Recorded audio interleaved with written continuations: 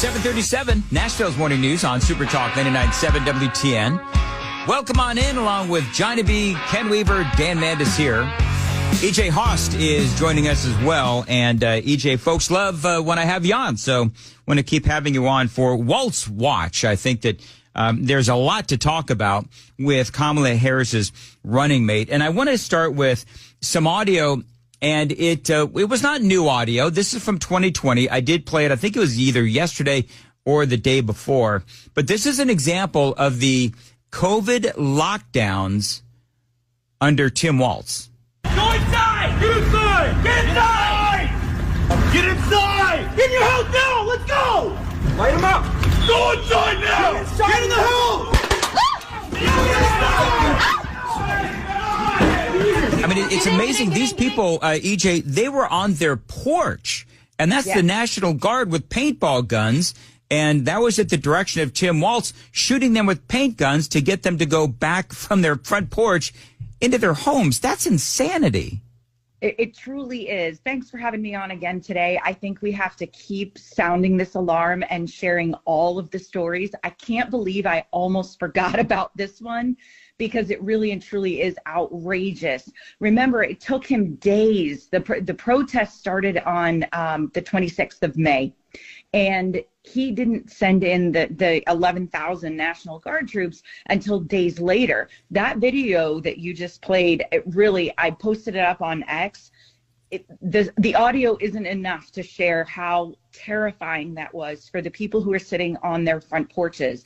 And recall that the riots were happening in a place that was much more commercial, right? There were more businesses there. There was a police precinct, obviously. We all know that burned down. And so this was walking through the residential areas. And so was it close to the streets where the protest happened? Sure. But it was days later. And I think that video was one from May 31st, if I'm recalling the audio correctly. So, this is 4 days after the 5 days after the start of the riots. So these poor people are sitting on their porches and being threatened by National Guard troops.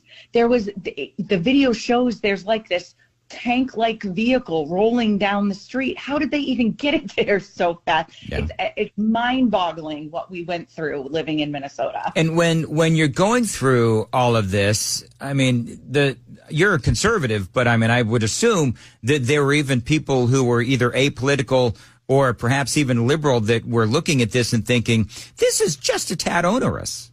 Oh, of course. They were terrified. That woman in the video is screaming, "Get in the house," to her children. I mean, this is a residential neighborhood that had a tank and National Guard troops armed with weapons, and they didn't know there were paintballs in there, right? I mean, they had no idea. So yeah, absolutely terrifying. And Walz had no problem with that. And remember, this wasn't just, hey, we think you might be rioting or something. This was because they were violating curfew. The sun was still out, but there was a curfew supposedly for COVID. They tried to say now that it was riots, but those curfews were in place for COVID too. Yeah. One of the other things, and we could go on and on about all the COVID related stuff, but there's another audio bite that's out there that I played earlier today, but I do want to get your take on it. Kevin O'Leary is from Shark Tank. And I guess he's very popular. I will admit I've never watched Shark Tank, but I have seen him on a lot of different channels, whether it's CNN, Fox News, and he's really talking down Tim Walz and his performance as governor for the state of Minnesota. This is what Kevin O'Leary says. Realize, for folks who may not know who he is, he's not an economist. He's an entrepreneur, but he knows a lot about business, and he knows a lot about building businesses. And specifically, he knows a lot about working with various governors and how they work with entrepreneurs to bring businesses to that state. Now, this is what Kevin O'Leary said about Tim Walz. He is not a good manager. If you look at his stewardship of his state, Minnesota, it's been not good. And I'll tell you how I measure it. And people say, oh, you're partisan. No, I'm not. I'm looking at the track record of an individual who came into a state and wiped out job creation. He wiped out job creation in professional, in manufacturing, in accounting, in every subcategory you look at. Those jobs moved to South Dakota and North Dakota. The South Dakota job rate right now is 4 times that of Minnesota. Minnesota only creates jobs in services that are funded by the government, healthcare and social services. Every other sector is in decline. He's also added a surcharge of 1%, 100 basis points, on top of 9.8% taxes on individuals that are retiring. And of course they're leaving the state in droves. He's the best governor for Texas, for Florida, for North and South Dakota, but not for Minnesota. And that's exactly right. That's where they all went, Kevin. Yeah, don't forget Tennessee. I mean, EJ, when you were there, was he considered pro-business? Oh, gosh, no. Not unless you were one of his friends in, like, the energy sector or something, or maybe a Chinese organization or something. I think one thing Kevin O'Leary didn't mention, and that is the energy sector. So as governor, everything Walz does is kind of to mirror or one up, or he's got this weird crush on California. And energy is one of those things where he would say, oh, well, we created a bunch more jobs in clean energy in Minnesota. Well, it's like a minute amount of jobs that he created in the clean energy sector. But in doing that, he decimated the jobs for natural energy sources, other energy sources. One of the things he did right after being sworn in to his second term as governor, he signed this radical energy bill that quite honestly will have lasting effects on Minnesotans and probably much of the Midwest. It forced utilities to provide 100% carbon-free power by 2040. That's just unrealistic, right? Like that's not a thing that can actually happen. No. And it completely relies on federal subsidies, and any company coming in will have to have subsidies from the state. That's translated as taxpayers paying for big business to come to their state. That's never a good idea. It doesn't work out. There's an electric vehicle problem there. So I think it's funny. Anytime I hear anybody talk about electric vehicles in a place like Minnesota, I just have to laugh because the climate is not conducive to electric vehicles right now. So the climate isn't going to change despite popular opinion by some crazy lefties. It's always going to snow in Minnesota. That's a thing. Yeah. So when you look at what he's doing with electric vehicles, the market share is about 1% of the vehicles sold in Minnesota are electric vehicles. And there's a really good reason for that. Yeah. The auto dealers tried to fight his mandates, got caught up in the court system and fell apart in 2023. But, he's all in on the electric vehicle components coming from China. He's totally fine with, the anti-job creation that comes with that, right? Like instead of doing things like we do in Tennessee to create jobs here, he's like, oh, it's fine if China has those jobs. We'll just, as long as it's clean energy and I can get the props from my friends in California. Well, and the last time, EJ, you and I spoke, we talked about how he does have this really bizarre love affair with China.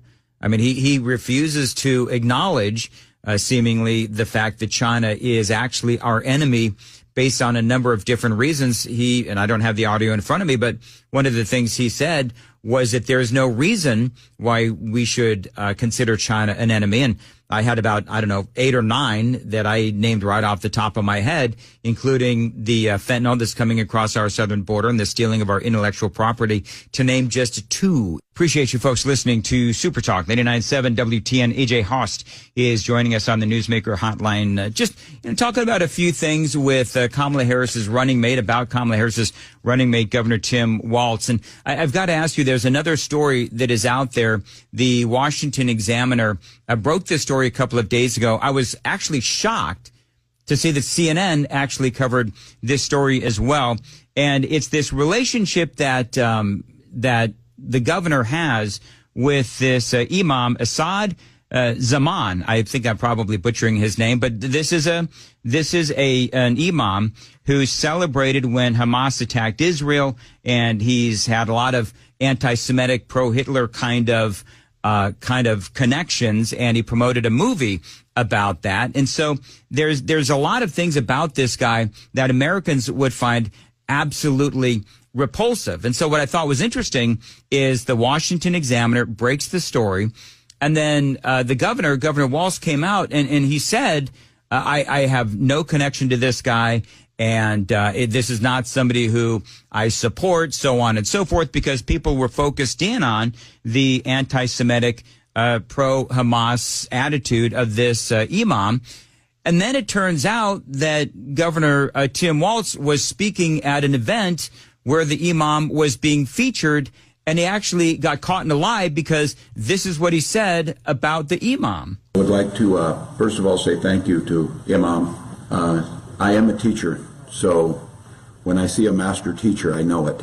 And over the time we've spent together, one of the things I've had the privilege of is seeing the things in life through the eye of a master teacher to try and get the understanding. So it does seem like, this imam, again, anti-Semitic, pro-Hitler, and celebrating Hamas, attacking Israel, and all these other things. And Walz denied any connection. And then the video comes out where he's speaking about all of this. And so what has the local media covered or discussed about this relationship? Local media. Dan, you did. Local media in Minnesota is nothing more than an arm of the Democrat Party. So you have to know that from the onset. The reason this is making attention now, and probably the reason the Harris campaign didn't find it when vetting, is because there's just no headlines in Minnesota that do anything other than praise Walz and the Democrat Party there. So it's a strange place to live, and people from Tennessee really don't get that necessarily. So I'm here to shed some light. I will say that this story is it sounds so unbelievable that had CNN not covered it, I think it probably would have been dismissed as kind of this right-wing exaggeration, inflation of the influence this guy has on Walz, and that we were just kind of ginning things up and throwing out the word Hitler. Thankfully, we've got a little bit of cover there with CNN, but it's bigger than that. It's not just that, hey, he said some nice things and called him a master teacher. Really listen to his words. He had him speak like 5 times at different events where these two could be seen speaking together. Yep. So this isn't like a one-time thing and he was just saying something nice. But when you listen to those words, master teacher, doesn't that sound kind of Chinese? It does, actually. Right. I thought about that. I heard the video. I thought, wow, so what I want to get out of this is, where does he get his influence? How did he form his political philosophy, his outlook on life? That's what I'll be looking for in the DNC next week. I've asked these questions for years. Plenty of other, conservative types have asked for years, but you really can't get an answer. We can make inferences. If he thinks this imam is a terrific teacher and he spends, 30 different vacays over in China, we can make some inferences about where he gets his political philosophy. But I think it's really important that we ask that question. I would love to see that be the first question in the debates, what helped form, who are the people and what are the actions that helped form your philosophy, and where did that come from? Well, it's interesting, too, because a couple of days ago I had the Washington Examiner writer who broke this story. And one of the things that I thought was interesting was, you're right, he did have, I think, the 5 or so meetings with the guy. The tape came out, of course, as well. This guy, by the way, has also tweeted out some horrific anti-Semitic things as well. Let me ask you this, and you may not know the answer to this. I certainly don't. But when you're being vetted as a VP, as a running mate, wouldn't the Harris campaign just say, is there anything else we need to know that might come up? And Walz it would appear, either he told them and they didn't care, or he lied.